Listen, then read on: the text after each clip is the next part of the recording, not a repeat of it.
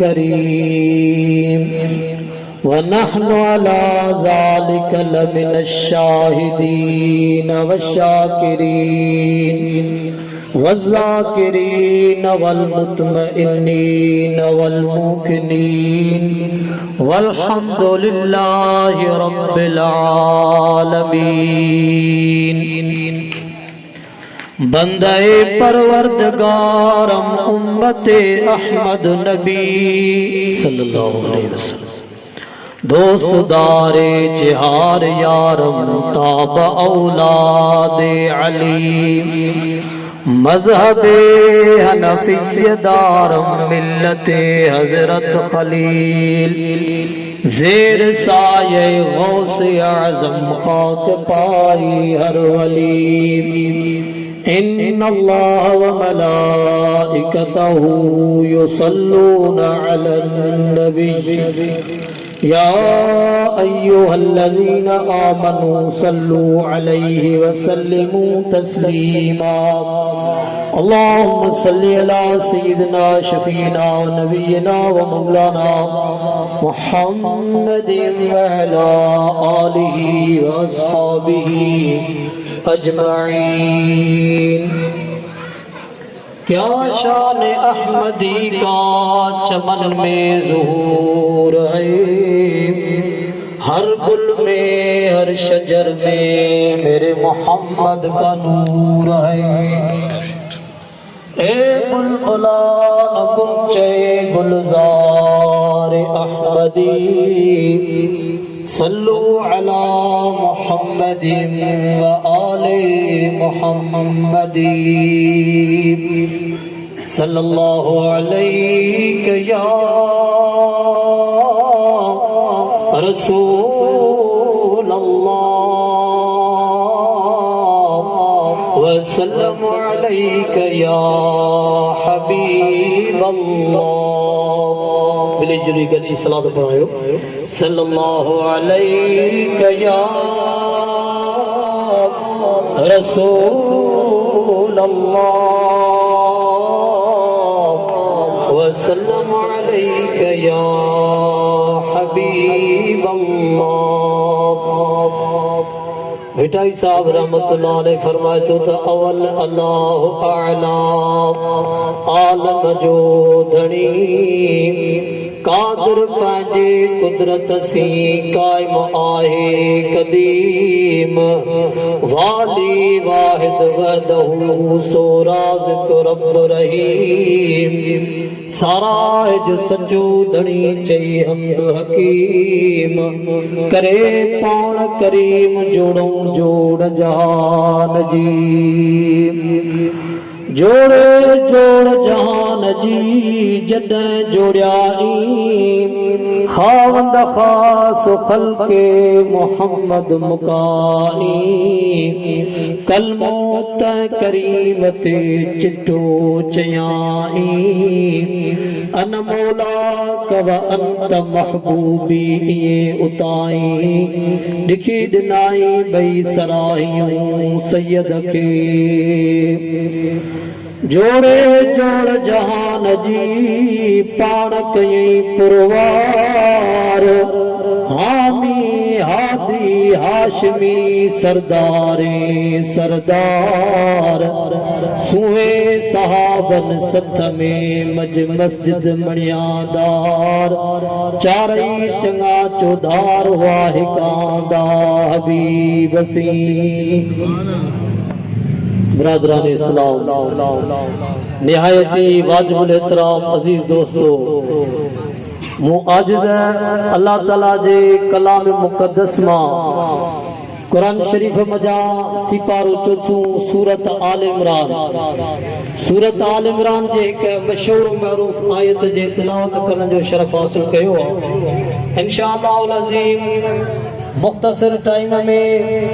آیت جو لفظی ترجمو آیت جے متعلق چند حدیثوں حکایتوں اور پیاری جماعت جے خدمت میں پیش کندس جکا مو آیت تلاوت کیا یا آیت اللہ تعالیٰ جے حبیب جے شان میں نازل تھیا اوے تا تفسیرن میں اچے دو تا قرآن کریم جو ٹوٹل آیتوں 6666 گھنی آیتوں 6666 تو گلائیں دالو جیرن میں ویٹھوا مقام میں نہ آیا جیرن میں آیا کچھ گلائیں تو خبر ہے 6666 آیتوں اللہ جے کلام جو 6666 آیتوں پر جن بزرگن قرآن جا تفسیر لکھا چوٹی جا ربانی عالم اللہ جا ولی عارف وہ پانچے تفسیرن میں لکھی آن تو بظاہر واقعی قرآن جو 6666 آیتوں پر حضور علیہ السلام جو ذکر 7767 میرا قرآن میں آئے نبی صحیح جو قرآن میں ذکر 7767 میرا قرآن میں آئے احادیث کے کتابن میں حضور علیہ السلام جا موجزہ بیان کھلن کترائی موجزہ اساں پڑھایا ہے پر ایک کتاب آئے حدیث شریف جو مشکات شریف مشہور معروف کتاب ان کتاب میں حضور علیہ السلام جا 6000 موجزہ بدھایا گیا گھنا ہزار 6000 نبی سے جا موجزہ بدھایا گیا جن میں ایک موجزو اساں پانجے اکھن سا ہن دور میں بھی ॾिसूं پیا وہ موجزو آئے اللہ جو کلام نبی شاہ جے مٿاں جو قرآن نازل تھیو ان قرآن جے نازل ٿيڻ اهو خود قرآن نبی جو موجزو بلند آواز سان درود شریف اللهم صل وسلم وبارك على سيدنا شفيعنا ونبينا ومولانا محمد وعلى آله واصحابه اجمعين حضور علیہ السلام جے آمد جو مہین ہوا نبی شاہی جن دنیا جے تختے تے ہن مہین میں جلوہ گر تھیا باری جی رات ہوئی سج ابھرن وارو ہو منا نہ رات ہوئی نہ ڈینہں ہو رات جی اینڈ ہوئی ڈینہں جی شروعات ہوئی پھر فٹے وارے ٹائم تے نبی شاہی جن دنیا جے تختے تے آیا پر انہیں نبی شاہی جو ذکر انہا دنیا میں کاب شے نہ ہوئی دنیا میں کاب شے نہ ہوئی تو اللہ تعالیٰ ان وقت میں نبی کریم صلی اللہ علیہ وسلم جن جو نور پیدا فرمائیو پہنجے نور ماں حدیث شریفہ اللہ تعالیٰ جی قدسی حدیثہ اللہ جو فرمانا نبی سجن دا فرمائیں تا اول ما خلق اللہ نوری اول ما خلق اللہ نوری اللہ تعالیٰ سب کھا پیرا مجھو نور پیدا فرمائیو وہ نبی سجن نور ماں یہ پوری دنیا پیدا کئی وئی حضرت آدم علیہ السلام کے پیدا کئی وئی سجد چندر زمین آسمان ہر شے پیدا کئی وئی تو نبی شہنیان دا فرمائی تو ماں ان وقت میں نبی ہوس جب وقت میں آدم علیہ السلام گارے گپ جے وچ میں ہوئیو انہا حضرت آدم علیہ السلام جو ظاہری جسم مبارک نہ ٹھیو ہو نبی شہنیان فرمائیں دا تو ماں ان وقت میں نبی ہوس پر اللہ تعالیٰ ان دنیا کے ہدایت کرن جلا دنیا جے تختے تے اللہ تعالیٰ انسانن مجا نبی منتخب کیا تات نبی مانن کے اللہ تعالیٰ جی وحدانیت سمجھائیں اللہ تعالیٰ جی ربوبیت سمجھائیں تو دنیا جے تختے تے جے کرے کجی عبادت کرنی آپ کہ اللہ کے راضی کرنوا تو حق اللہ وحد لا شریک آپ ان رب جے یا پنجی پیشانی جھکائنی آپ تو مانن کے تبلیغ جلا مانن کے ہدایت جلا اللہ تعالیٰ نبی انن جلا منتخب فرمایا نبی موکلیا پہرو نبی دنیا جے تختے تے آدم علیہ السلام آئیو یکے بعد دیگر نبی ایندہ رہا آدم علیہ السلام شیس علیہ السلام ادریس علیہ السلام نوح علیہ السلام حضرت موسیٰ کلیم اللہ حضرت عیسیٰ روح اللہ ابراہیم خلیل اللہ تاں جو حضور علیہ السلام جن دنیا جے تختے تے جلوگر تھیا پر اللہ تعالیٰ قرآن کریم میں ایک آیت میں ارشاد فرمائے اللہ تعالیٰ فرمائے دو نبی سے یہ شان شان میں اللہ تعالیٰ فرمائے تو وَإِذْ أَخَذَ اللَّهُ مِيثَاقَ النَّبِيِّينَ لَمَا آتَيْتُكُم مِّن كِتَابٍ وَحِكْمَةٍ ثُمَّ جَاءَكُمْ رَسُولٌ مُصَدِّقٌ لِّمَا مَعَكُمْ اللہ تعالیٰ فرمائے تو مو انسانن ہاں بوائدہ ورتا ہکڑو عام وائدو اللہ تعالیٰ جرے عالم ارواح میں تمام انسانن جا روح پیدا فرمایا نبیین جا ولیین جا غوثن جا کتبن جا عام انسانن جا قیامت تائیں پیدا تھنوارن انسانن جا روح پیدا کیا گیا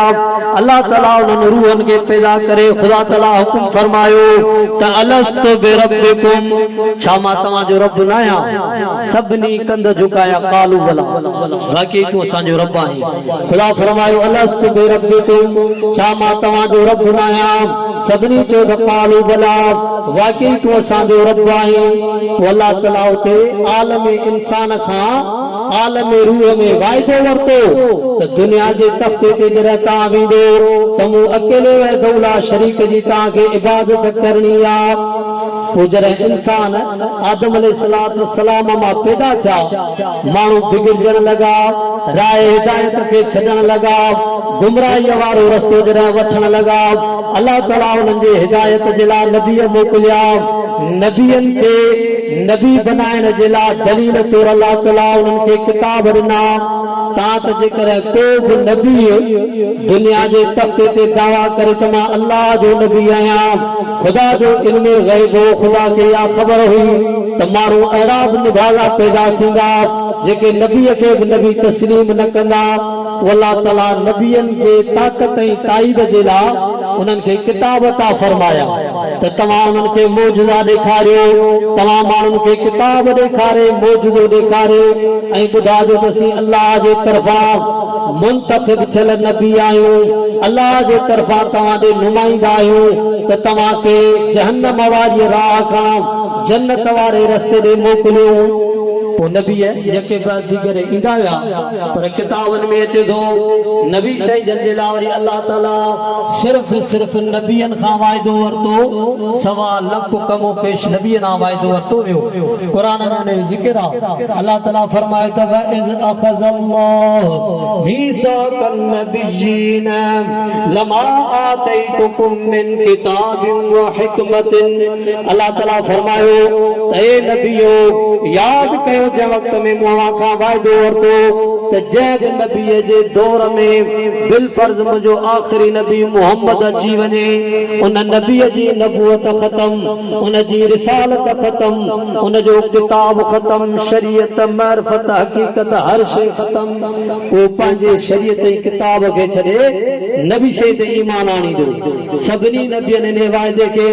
حاضر کئی لبیک چیو تحاولا العالمین جے کرے اسانے دور میں محمد اچیو اساں پانجے نبوت کے چھڑے کرے آخری نبی کریم صلی اللہ علیہ وسلم تے کلمہ پڑھی بھی ایمان آنی دا سی اے نبی صحیح جی تائید کدا سی نبی صحیح جو تمام بڑو شانہ تنہ آجی غلامی میں سر فرمائیوا سونے نبی کریم جی کڑی سنا کریوں مستان ملک حور انس دیو جن پریوں سبحان اللہ دا جو سبحان اللہ دا گھٹنے جو سونے نبی کریم جی کڑی سنا کریوں مستان ملک حور انس دیو جن پریوں سونے نبی کریم جی کڑی سنا کریوں مستان ملک حور انس دیو جن پریوں نبی شہید تو وڈو شان پر حضرت موسیٰ علیہ السلام تو فرمائے نبی کریم صلی اللہ علیہ وسلم جی حدیثہ تا اللہ جے نبی موسیٰ کلیم اللہ جرہ نبی کریم صلی اللہ علیہ وسلم جے امت جو شان ڈٹھو نبی شہید جے امت جو ایڈو وڈو شان جو موسیٰ کلیم اللہ جڑو نبی بچے بیو تا مجا رب مکے نبی نہ بنائی ہاں پر آخری نبی محمد صلی اللہ علیہ وسلم جو امتی بنائی ہاں ایڈو تا نبی سے جو امت جو شان ऐं जेकर असीं पंहिंजे गिरेबान में नज़र कयूं त कहिड़ो असीं भला आहियूं, छा में असीं भला आहियूं, कहिड़ी ॻाल्हि में भला आहियूं जो हज़रत मूसा जहिड़ो पियो थिए त मूंखे मुंहिंजा मौला नबी न बनाई हा पर आख़िरी नबीअ जो उम्मती बनाई हा। शेख सैदी रहमतुल्लाह हुन जे लाइ हिकिड़ो शेर चयो आहे फारसी में त चूबे शानश निगाह मूसा करद शुद्ध नज़ उम्मतश तमन्ना करद, चूबे शानश निगाह मूसा करद शुद्ध नज़ उम्मतश तमन्ना करद। जॾहिं मूसा अलैहिस्सलातु वस्सलाम नबी से जे उम्मत जो शान ॾिठो चई मुंहिंजा रब मूंखे नबी न बनाई हा पर आख़िरी नबी जो उम्मती बनाई। हाणे असीं शान में छो मथे तव्हांखे ॿुधायां थो, नबी सजन हदीस में ज़िक्र फरमायो आहे, अल्लाह जे रसूल फरमायो पंहिंजे सहाबनि खे त सहाबीओ मूंखे हिकिड़ी ॻाल्हि ॿुधायो, जेकर वक़्त जो को बादशाह हुजे कंहिं मज़दूर खे मुक़रर करे त तूं मूं वटि मज़दूरी कर, फजर निमाज़ खां वेंदे ज़ोर जे निमाज़ जे टाइम ताईं मूं वटि मज़दूरी कर, तोखे हिकिड़ो रुपयो मज़दूरीअ में ॾिनो वेंदो। मज़दूर चवे त इहा ॻाल्हि मूंखे क़बूल आहे, फजर निमाज़ खां ज़ोर जे टाइम ताईं मज़दूरी करे उनखे हिकु रुपयो ॾिनो वञे। वरी साॻियो ई बादशाह कंहिं ॿिए माण्हूअ खे मुक़रर करे ज़ोर जे निमाज़ खां टे पहिरीअ जे निमाज़ ताईं असर विचीअ जे निमाज़ ताईं मज़दूरी कर, तोखे हिकु रुपयो मज़दूरीअ में ॾिनो वेंदो। उहो मज़दूर इन ॻाल्हि खे क़बूल करे अॻीअ जे निमाज़ खां विचीअ जे निमाज़ ताईं ज़ोर खां असर नमाज़ ताईं मज़दूरी करे उनखे बि हिकु रुपयो बादशाह ॾे। टियों अहिड़ो माण्हू हुजे जंहिंखे बादशाह चए त टे पहिरीअ जे निमाज़ खां मग़रिब ताईं मूं वटि मज़दूरी कर, मग़रिब खां टे पहिरीअ खां मग़रिब ताईं मूं वटि मज़दूरी कर, हिकु रुपयो तोखे मज़दूरीअ जे एवज़ ॾिनो वेंदो। उहो माण्हू टे पहिरीअ खां मग़रिब ताईं मज़दूरी करे बादशाह उनखे ॿर पिया ॾे त छा हिन बादशाह ज़ुल्म कयो या इंसाफ़ कयो? साहब अर्ज़ कयो या रसूल अल्लाह इहो त इंसाफ़ आहे, छो त बादशाह पाण ॻाल्हाए पियो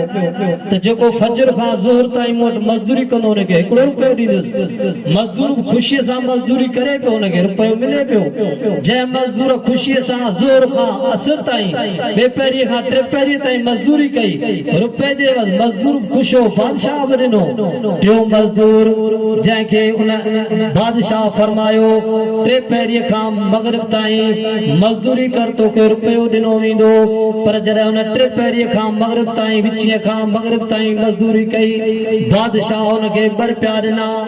त बादशाह ॿियो रुपयो छो ॾिनो? बादशाह खां त पुछो वञे न, फजर खां ज़ोहर ताईं वॾो वक़्तु आहे उनखे बि रुपयो, ज़ोहर खां असर ताईं वॾो वक़्तु आहे उनखे बि रुपयो, टे पहिरीअ खां मग़रिब ताईं वक़्तु बि थोरो, हिकिड़े रुपए जे बजाय उनखे ॿर पिया थो ॾियो, छो थो ॾे? बादशाह खां जॾहिं पुछो वियो तो ये छो कयो?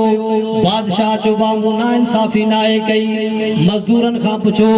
जंहिंखे मूं फजर खां ज़ोहर ताईं रुपयो ॾिनो उहो पाण इन ॻाल्हि ते राज़ी थियो रुपयो मूला काफ़ी आहे, जेको ज़ोहर खां असर ताईं रुपए ते राज़ी थियो पाण राज़ी थियो मूं हुनखे रुपयो अता कयो,